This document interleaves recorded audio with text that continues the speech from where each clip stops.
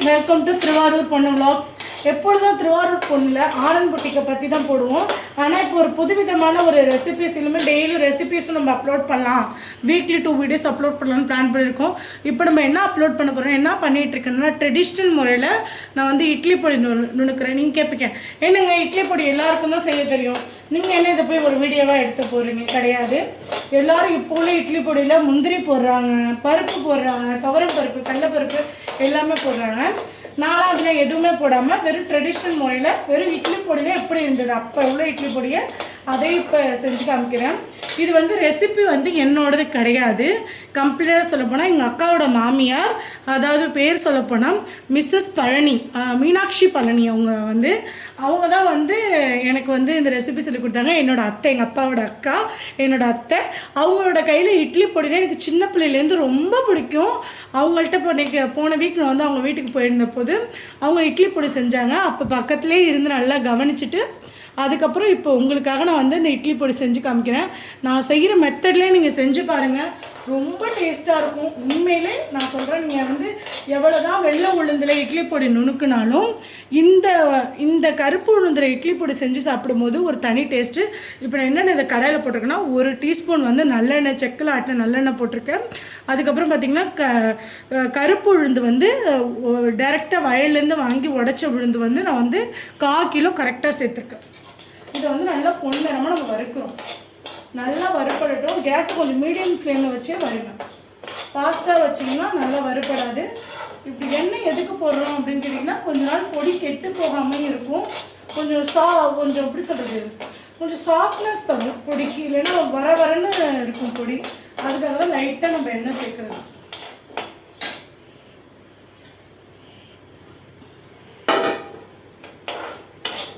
நல்லா வறுக்கணும்.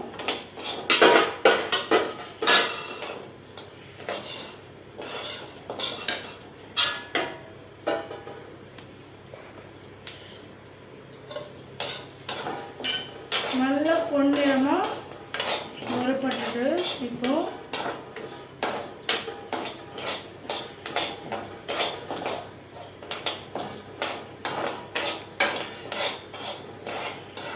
எனக்கு இந்த இட்லி பொடி ரொம்ப பிடிக்குங்க.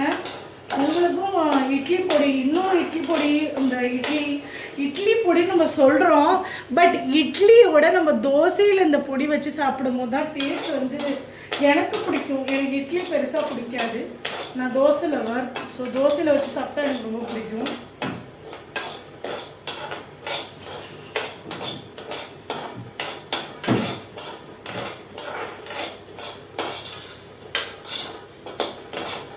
நீங்கள் என்னடா கருப்பு உளுந்தல் சரிங்கெல்லாம் பொடினால வெள்ளை உளுந்தில் தானே நுணுக்குவாங்க.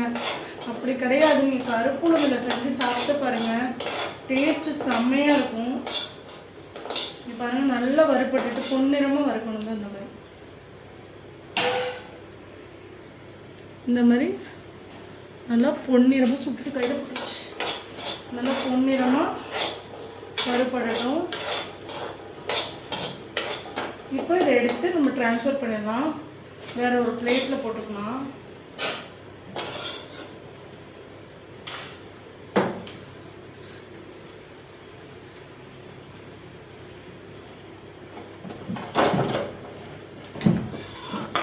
நம்ம எடுத்து வேறு ஒரு பிளேட்டில் போடுறோம்.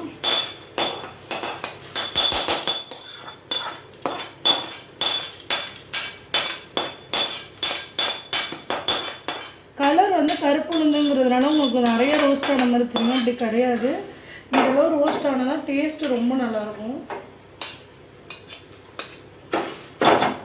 நல்லா பரப்பி வச்சுக்கலாம். நம்ம திரும்ப அதே கடையை வச்சுட்டு நான் வந்து இந்த இருக்குது பார்த்தீங்களா பூண்டு, இதில் 3 பூண்டு எடுத்திருக்கேன். 3 பூண்டை இந்த மாதிரி தோலோடு உடச்சி வச்சுருக்கேன். இதை சேர்த்துக்கிறேன்.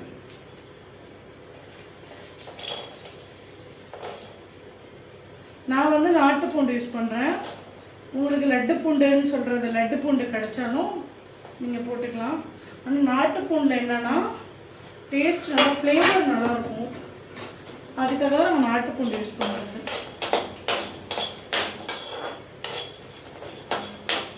சில பேர் வந்து இப்போ தான் எண்ணெய் ஊற்றுவாங்க. நான் வந்து உளுந்துக்கு எண்ணெய் போட்டுட்டேங்கிறதுனால இது எண்ணெய் போடாமல் நான் வறுக்கிறேன். அந்த சட்டியில் உள்ள எண்ணெயே இதுக்கு போதுமான அளவு தான். இந்த சட்டியை ஃபாஸ்ட்டாக வச்சுக்கோங்க.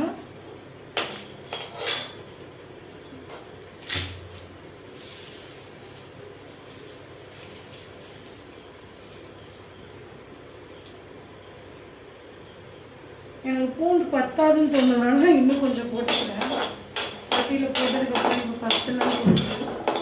அதனால் நான் இன்னொரு பூண்டு போட்டுக்கிறேன். மொத்தம் 4 பூண்டு நான் காட்டின சைஸில். தோலோடு சேர்த்துக்கோங்க, அப்போ தான் டேஸ்ட் நல்லாயிருக்கும்.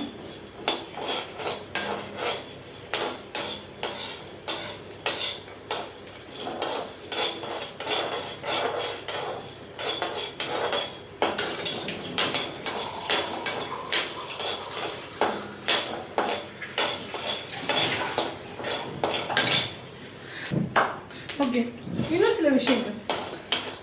ஆனந்த் பொட்டிக்கை பற்றி சில பேர் வந்து கேட்குறீங்க, வெறும் பிஸ்னஸ் வீடியோஸ் மட்டும் தான் போடுறீங்க, எதுக்கு வந்து நீங்கள் வந்து வீட்டில் குக்கிங் வீடியோஸும் போடுங்க, நாங்கள் பார்ப்போம் அப்படின்னு சொன்னாங்க. ஒரு சில பேர் ரிலேட்டிவ்ஸ் தான் மெயினாக சொன்னாங்க. ஸோ அவங்களாம் சொல்கிறதுனால சரி நம்ம ட்ரை பண்ணி பார்ப்போமே. முன்னாடி இந்த மாதிரி வீடியோஸ் தானே போட்டுட்ருந்தோம். சரி நம்ம வந்து யூடியூப் பொறுத்தவரை நம்ம குக்கிங் வீடியோஸ் நிறையா போடுவோம் அப்படின்னு சொல்லிட்டு டிசைட் பண்ணியிருக்கோம். வீக்லி 2 வீடியோஸ் கம்பல்சரி வந்துடும். அதுக்கு மேலேயும் வரும். மீன்ஸ் குக்கிங் மட்டும் போட போகிறதில்ல, டெய்லி வ்ளாக் என்னால் என்னென்ன எடுக்க முடியுதோ என்னோடய லைஃப்பில் நடக்கிறத நான் முடிஞ்ச அளவு கவர் பண்ணி போடுறேன். இங்கே பாருங்கள், நல்லா வந்து ரோஸ்ட் ஆகிடுச்சு. இங்கே பாருங்கள் பூண்டோட கலர் எப்படி மாறி இருக்குன்னு. இந்தளவு பூண்டு ஆகணும், அப்போ தான் டேஸ்ட்டாக இருக்கும். நல்லா பூண்டு வறுப்பட்டுருக்கு. இன்னும் ஒரு நிமிஷம் வறுப்போம். நான் வந்து எல்லாமே கொஞ்சம் நல்லா ரோஸ்ட் பண்ணி தான் போடுவேன். ரொம்ப நாள் வச்சுக்கலாம், நல்லா அரைச்சி வச்சுக்கிட்டோம்னா ரொம்ப நாள் வச்சுக்கலாம். பூண்டு இதில் சேர்த்தாச்சு.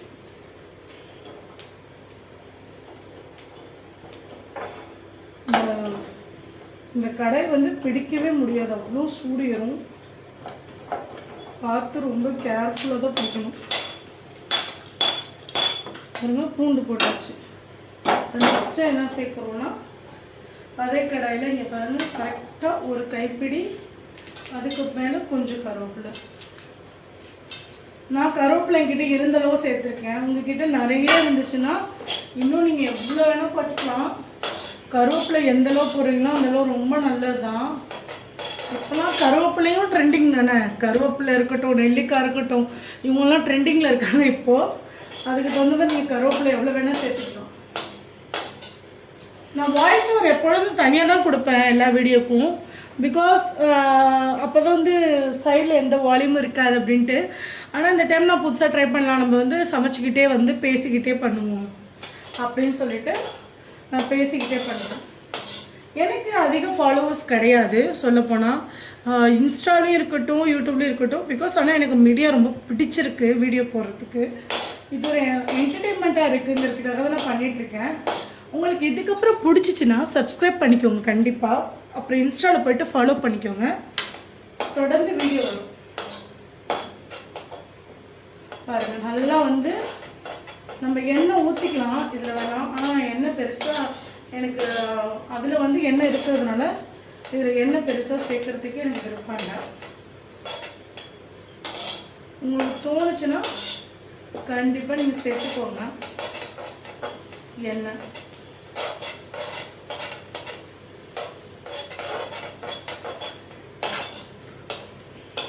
இப்படி எடுத்துச்சுன்னா ரோஸ்ட் ஆகணும், அப்படியே மடங்கணும்.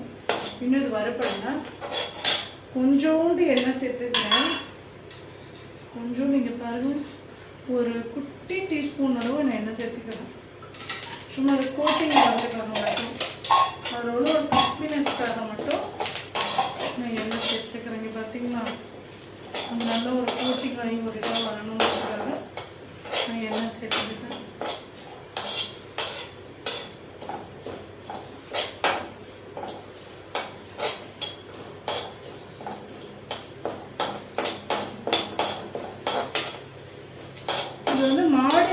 மாடு வச்சிடக்கூடாது கருவேப்பிலைய. அதோட ஃப்ளேவர் மாறாமல் நம்ம கரெக்டாக என்ன பண்ணிடணும்னா அதை வந்து எடுத்துடணும் வரப்பட்டோன்னு.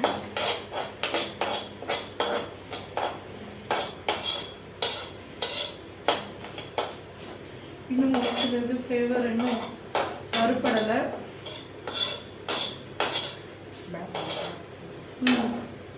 வறுப்பட்டுடுச்சு. இப்போ எடுத்துடலாம்.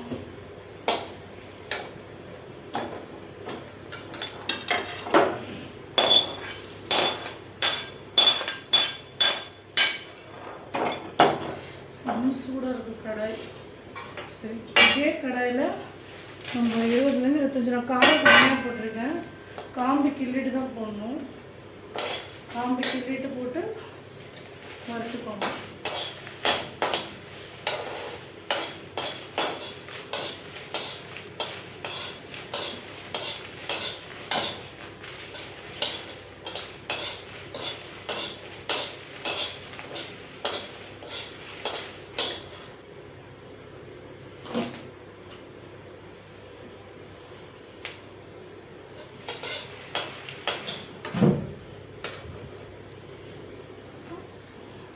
அங்கே பெருங்காயம் இருக்கு பாரு, எடுத்து கூட.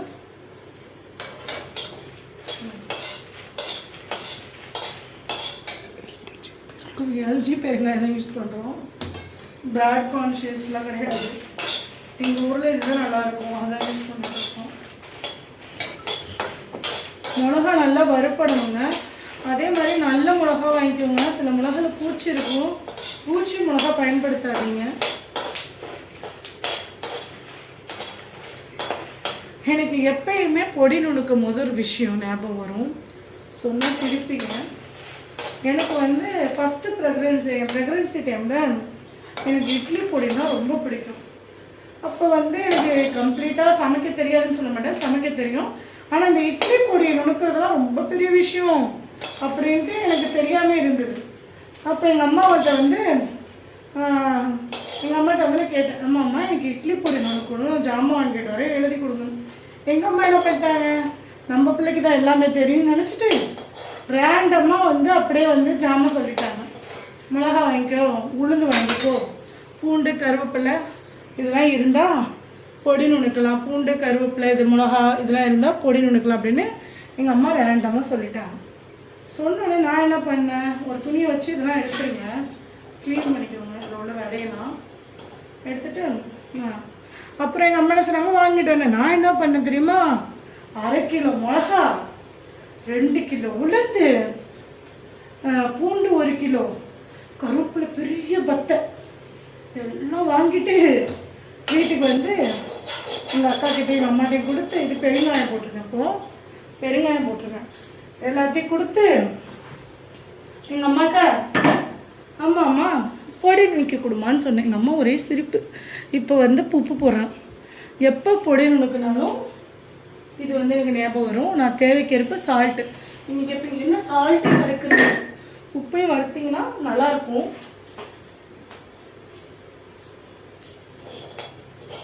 பெருங்காயம் நல்லா வறுபட்டுருச்சு. உப்பு சும்மா பேருக்கு அந்த கல்லுக்கு அந்த சூடுக்கே வந்தால் போதும். ஆஃப் பண்ணிடலாம்.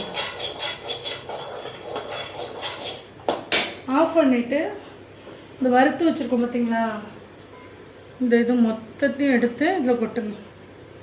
கொட்டி அந்த கல்லில் உள்ள சூட்டுக்கு நல்லா சில பேர் சீரகம் போடுவாங்க. நான் சீரகம் வெந்தயம் எதுவுமே போடல. மிளகும் போடுவாங்க, அது மிளகு பொடி, அது தனியாக பண்ணுவாங்க. நான் ரெசிபி போடுறேன். இப்போ இது எல்லாத்தையும் போட்டு அந்த கல்லில் உள்ள சூட்டுக்கு நல்லா வறுத்துட்டோம். உப்பும் போட்டு எல்லாரும் போட்டோம். இது இப்போ நல்லா ஆறட்டும். ஒரு 10 to 15 minutes ஆறட்டும். அதுக்கப்புறம் வந்து திரும்ப வீடியோ கண்டினியூ பண்ணலாம்.